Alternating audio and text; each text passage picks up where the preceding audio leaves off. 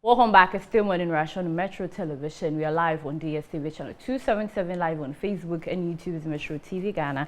Don't forget to follow us on Instagram, Metro TV _GH. So whilst other people feel that the internet is a safer place for them to do their business, get to know people and be familiar with what is going on around the globe, others also feel that it's a home for risks such as scam, spams, malware and phishing. But then this morning the conversation is the internet a safe place for you to be? And DK Cyber is here to help with the conversation, our in-house cyber security experts. Good morning, DK. Good morning. It's good to see you. Same. All in your curry this morning. Also looking very good. Thank you. I mean, our compliments, I'm red, yellow. Yeah. Yeah, curry is the same thing. Yeah. And I think green is down. DK, the internet, it has its advantages and disadvantages. Yes, but from a professional point of view, is the internet a safe place for us? Good. All right. So good morning to our viewers. So the whole month of October is cybersecurity awareness. Okay. And this year team is practicing digital culture of digital safety. Okay. Right. So practicing a culture of digital safety. So we are looking at how safe is the internet. Right. So if you ask me, it depends on the person using the internet.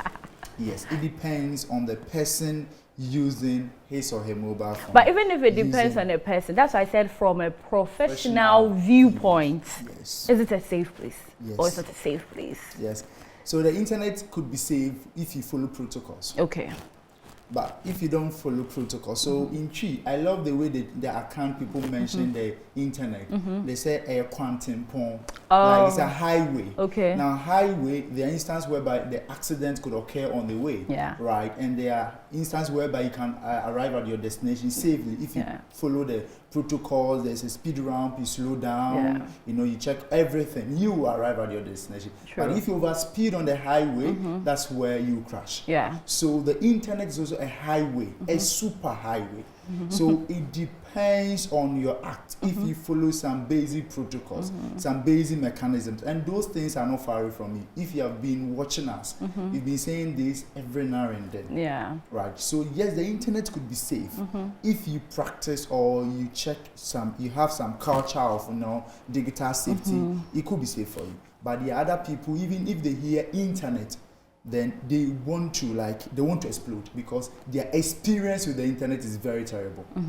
Right? So such people, they hate the internet. Yeah. But we do business online, irrespective of the downs, all those things that happen on the internet, we still keep on doing it because we are maintaining or we are looking for that culture of safety. And I believe that is the focal point of discussion.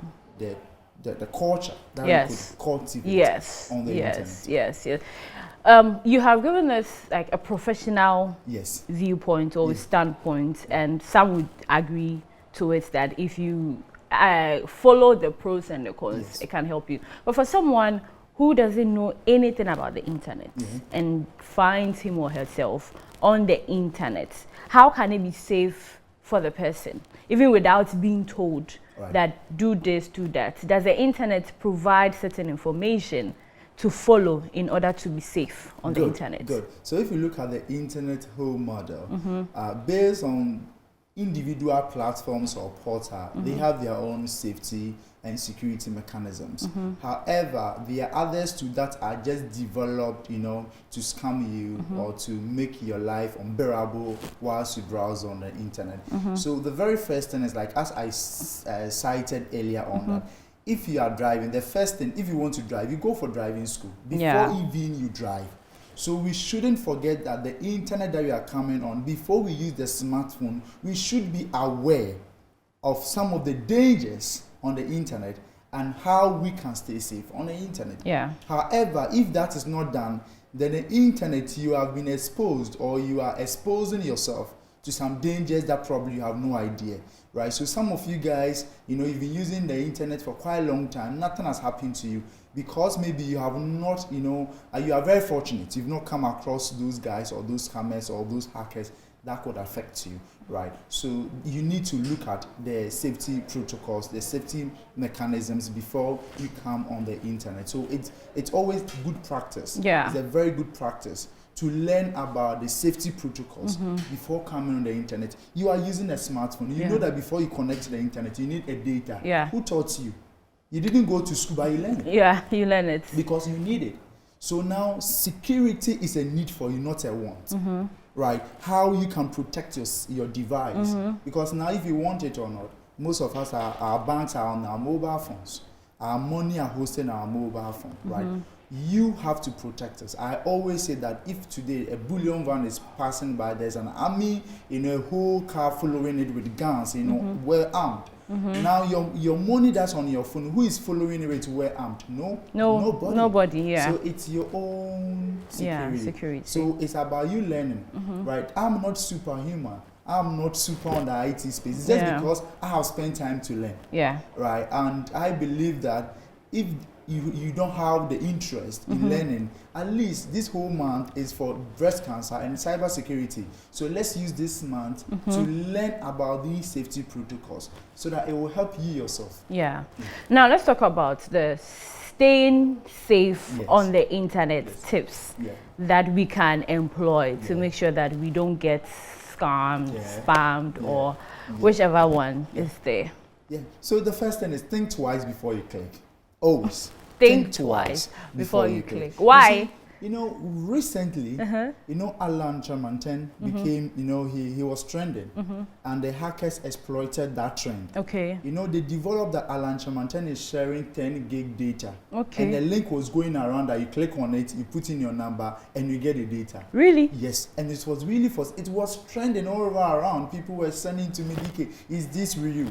Right. So that there are no freebies on the internet today. Right, so you think twice before you click, you think twice before you share, right? And let's limit the number of information, our personal information. We should limit them, right? It's not the online platform that you want to define whoever you are, whatever you are. We are not interested in all those things. Trust me, nobody's interested in those things. So limit the kind of information you give out. Right, this morning, if you go on someone's status, you can define the person's immune nature this morning. Or the whole mood around the person based on the things he has posted. Yeah. So all these things are attitude that we need to learn. Then we've been talking about password.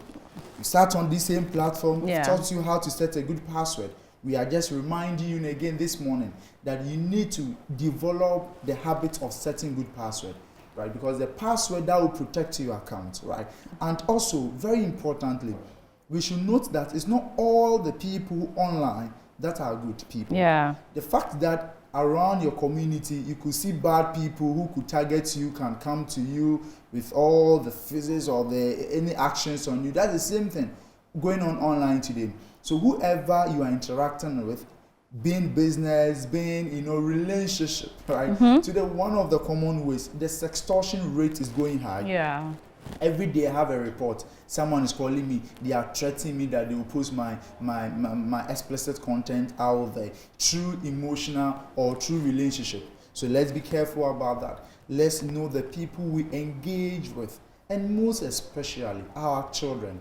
See, today, the fact here I'm telling you this morning is that because I'm coming from that camp, right? And what I'm telling you today is that if I want to target you, I know how well you are abreast with this tech. You are tech savvy, right? You understand there are some links you will not click. Yeah. Right. But so if you have a brother or a sister or a daughter or a son, I will go through your son to get you.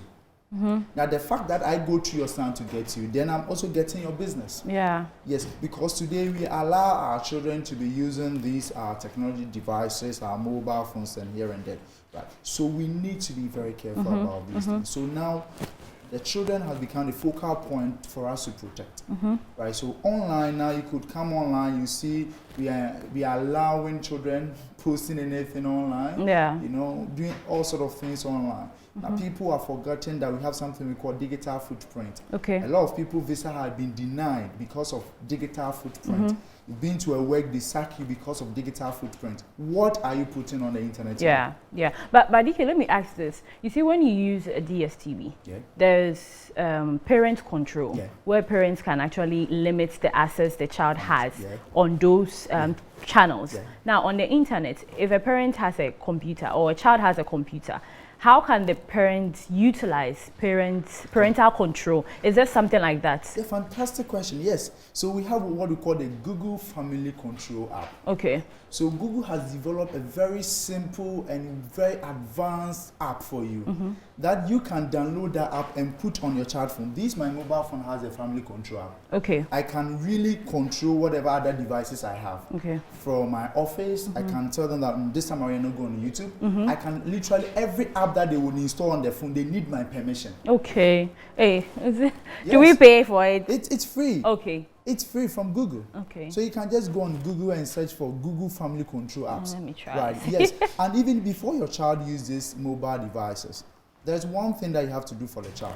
You create an email, and the email, create the email for the child. So we have an email, there are three. They are personal, business, and kid.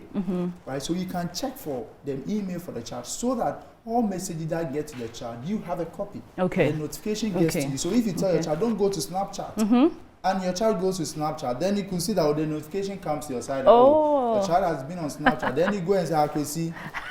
So, Or you can't shut it down from your app. no, for the Google Family Control app, you can do it. You can, okay. That one, it gives you access to the whole device Okay. to control. Okay. You can even set time limit or time up on the phone Okay. that after 6, this phone shouldn't browse. Wow. Yes, so you can check it out. There's Okay. enough for you. DK, we'll find time Yeah, and go for into the whole details. month. With that, I Yeah. mean, for the whole month, Yeah. the October, whilst we are talking about breast cancer, Yeah. it's also a cybersecurity. Yeah, so please, anytime you say breast cancer, you say cybersecurity. Wow. awareness. Please do When us you that say- favor. Do us that favor. When you say breast cancer, you say Cybersecurity. cybersecurity. Thank you very much, You're DK welcome. Cyber, for educating us this morning.